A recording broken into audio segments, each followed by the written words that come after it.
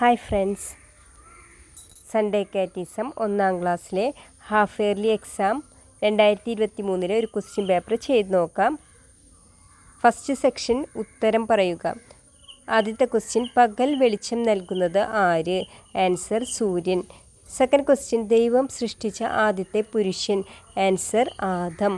മൂന്നാമത്തെ ക്വസ്റ്റ്യൻ, മനുഷ്യരെ കാത്തു പരിപാലിക്കുന്നത് ആര്? ആൻസർ ദൈവം. നാലാമത്തെ ക്വസ്റ്റ്യൻ, ഈശോയുടെ പിറന്നാൾ? ക്രിസ്മസ്. അഞ്ചാമത്തെ ക്വസ്റ്റ്യൻ, ഈശോയുടെ അമ്മ ആര്?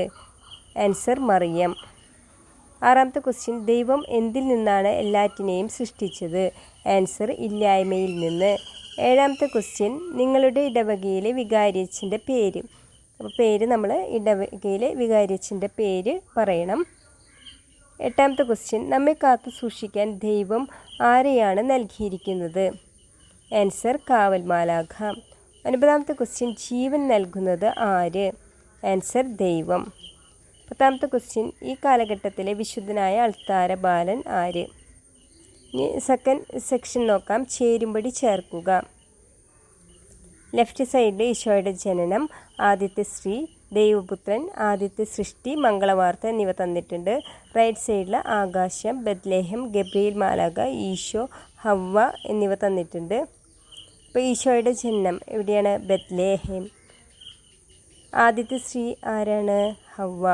ദൈവപുത്രൻ ഈശോ. ആദ്യത്തെ സൃഷ്ടി ഏതാണ്? ആകാശം.